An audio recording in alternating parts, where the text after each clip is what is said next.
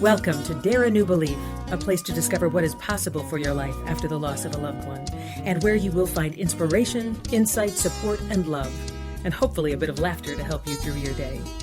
Now, here's your host, Nada Hogan.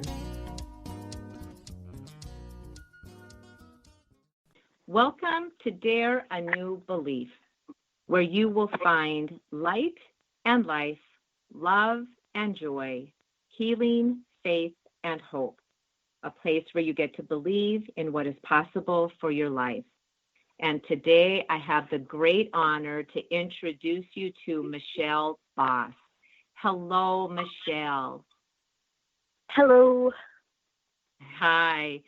So, Michelle, the reason I wanted you on the show is because I find your story fascinating, and I find you fascinating because you started this whole Facebook page after your mother had passed away, and you found yourself feeling abandoned. I'm saying the word abandoned and disowned from your immediate family and your siblings, and it felt like you had done something wrong. And that's where I want to take off with this conversation. Just, what happened? What led to that? And then how did that bring you into starting this Facebook page where you could bring a community of people together so they weren't, so people could recreate some of that community that's in life and death, loss and grief. So if you can just share with us at the beginning what it was that brought you to making this Facebook page, Good Grief. Sure. First, I don't have any siblings. I don't have any immediate family left. I have one niece, a couple cousins, and one aunt and uncle that still talk to me. My mother's siblings, when she passed, she was the last of my immediate family. They're the ones that disowned me. And I guess they never really liked me, or who knows, that was their expression of grief, and I allow them that. Everybody behaves differently, and I was very, very hurt by it. It made my grief like 10 times more. The fact that they had treated me like I had done something wrong. But that was a year and a half ago, and I've gotten, I'll say, used to it, and just say that I wish all I do is picture them happy and send them love. And I can't, they're in their 80s. So for whatever reason that they felt they needed to treat me that way, I kind of feel like it's none of my business. I already went through myself, and I feel like they just had zero compassion and understanding for me, and I don't know why, and that's okay. I'm a loner. I'm somebody who has spent most of my life doing things myself, and without the support of, emotional support or financial support or physical support from anybody else. So even though I'm a quote unquote strong person, I felt really, really set back from that. And I felt very alienated from any feeling of family or any feeling of, in other cultures and before us white people, we don't grieve, everybody wants to just be like, okay, well, yeah, that happened and death happens, and like, you should know that and just move on. And we really should know that. But our culture does not talk about grief. They don't talk about death. And they don't come together around you. All of my friends, and I know they love me. I have wonderful, wonderful friends, and they are all busy with their lives. They don't know what to say. People say silly things, or just pretend like nothing ever happened. And I was feeling, alienated, and looking on Facebook and seeing other people that were pouring their grief out on their Facebook page. And so I tried to gather all my friends onto a page to actually get together, physically. My friends that are here in the city where I live, and people said they wanted to come. People responded really positively, and I tried it twice, and 2 people showed up to each time I tried it. So people are more comfortable online. So I just made it a page or a group that anybody can join. It's focused on feelings of grief, thoughts of death, loss, and spirit. That's my, and there are so many things to grieve in our society. It's not just death, little deaths, like people get divorced, or they get an illness, or some people are grieving just aging, because our society does not embrace the whole life. It doesn't, aging is actually a good thing. That's Right. not really embraced, where I myself embrace it and put it out to others to embrace aging and embrace death. I don't have a negative view of death. I think death must be awesome, like the ultimate spiritual experience. I feel that we'll be a pure spirit then, and that I have always kind of looked forward to, and we'll all know what that is soon enough.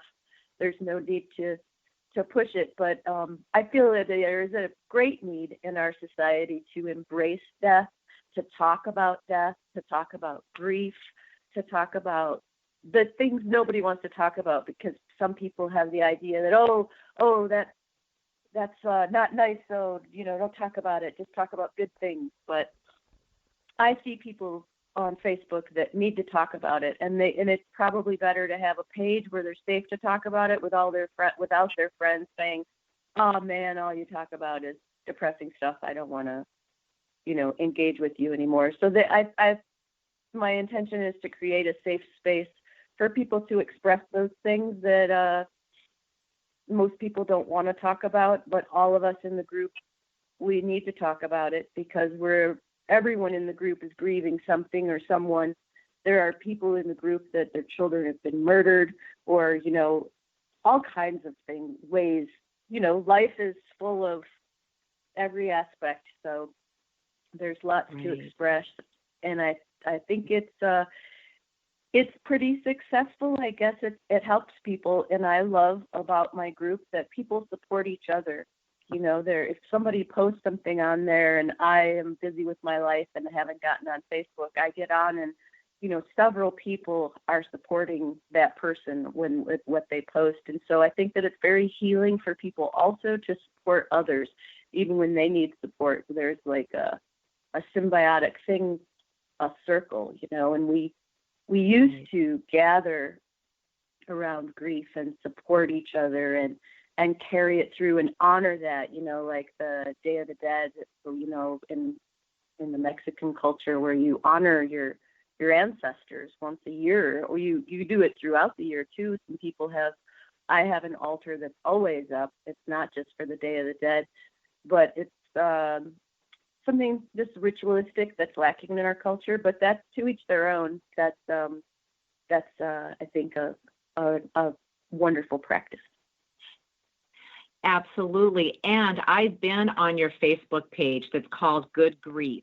And people are beautifully supportive of one another. And I think people that have gone through it, and everybody has, there's been something that we've grieved in our life, whether it was the loss of a family, a loved one, or, the loss of a job, or loss of a dream, loss of your passion for life, your home, whatever it happens to be. We all grieve something, but I do agree with you 100% that in our culture, especially, that it's kind of like, okay, like some time has gone by now, and that could be 2 weeks or maybe a year, and now let's move on. Like, we're done with it. That's not how grief operates. It doesn't work like that. No. So a platform that you have where people can say, so for me, it's 11 years from my daughter, and there's people that I would talk to, and you could just see them kind of roll their eyes like, oh my gosh, 11 years and you're still talking about her. It's like, oh yeah, if I live to be 150, I'm telling you, I'll still be talking about my daughter. And when you can go to that place, yes. Right, because it doesn't mean they're not on this planet anymore. It doesn't mean that it's over, right? I mean, it's just a completely different It doesn't mean they connection. didn't exist. Yeah, and that they're not a Exactly. huge part of you, and a huge part of your daughter has launched you into this your whole, where you're at now and all of this that you're doing, right? Just because Absolutely. of your daughter's death. Yeah, and it's helping so many Right. people. So your daughter is helping all these people, So Right. she is still very much a force in life. And yeah, people don't want to, I think it's so important. And I wish people would share more on my page or just in life about their loved ones that are gone, because it's important to talk about them, because it's not like you said, it's not like they disappeared. It feels like they disappeared to some people, but no, they're a part of who we are, and Yeah. they existed, and it's to honor who that unique person was, that they're never going to come back in that form again. If you believe in reincarnation, they might come back in another form, but that unique set of genes and circumstances that made that person is never going to happen again. So it's like that was something beautiful, and it lives on, like our DNA. It doesn't just disappear either. Right. Right. Yeah. Yeah. All the hair and nails and ashes and, yeah, it goes back to the earth, but it doesn't disappear. It becomes one with it, and so does their spirit. Right. Absolutely. Yeah. Absolutely. And when people can come together and can embrace that and allow yourself to cry and feel safe, because I know on your page that is so, and I've spoken with you, I mean, in true transparency, I only know you because of my niece, and I know that she adores you. And then you and I had a very long conversation on the phone, and it was just like that instant connection.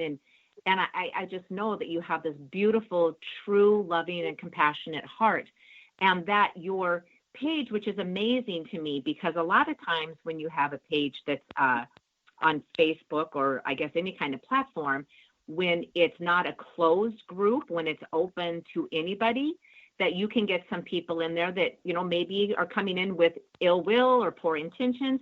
And everybody on your page, it's just like that is the energy that you draw in, is people that are compassionate and loving and caring and supporting and going through whatever it is that they're going through in the moment, whatever grief, whether it's brand new grief or it's, like one of the things that I read recently where, and I never even thought about this. And that's the other thing, what your page brings. It's so powerful, because somebody had written that her mother had passed away, and her ashes is that how she said it? Like her ashes were delivered to her. And I just can't imagine. I just can't, right? I mean, it's a different world for me, but to be able to, I understand cremation. I know many people that have been cremated, but I never thought about what does that feel like to now just have a urn or a box or whatever the container is for those ashes. And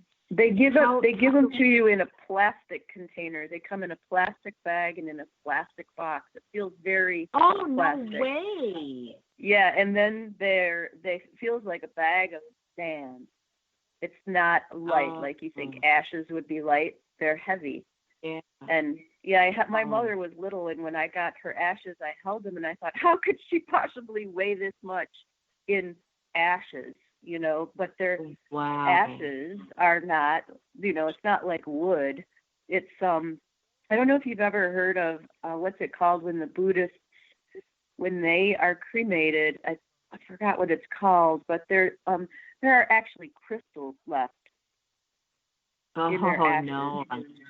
Yeah, and I forgot what it's called, but anyway, we're made, what we're made up of is pretty fascinating, like when you think of DNA and how we, just the matter of our body, let alone our spirit. Yeah. Our spirit, that's a whole other expansive thing, but just our bodies are made up of these very unique and certain circumstances, and they don't disappear. And they're not like, I spread my mother's ashes in different place, and you would think that if you put them in water, they would disappear. They don't. Yeah. They just sink to the ground like sand. They're like sand or bits of glass. And, if you look at Uh-oh. sand,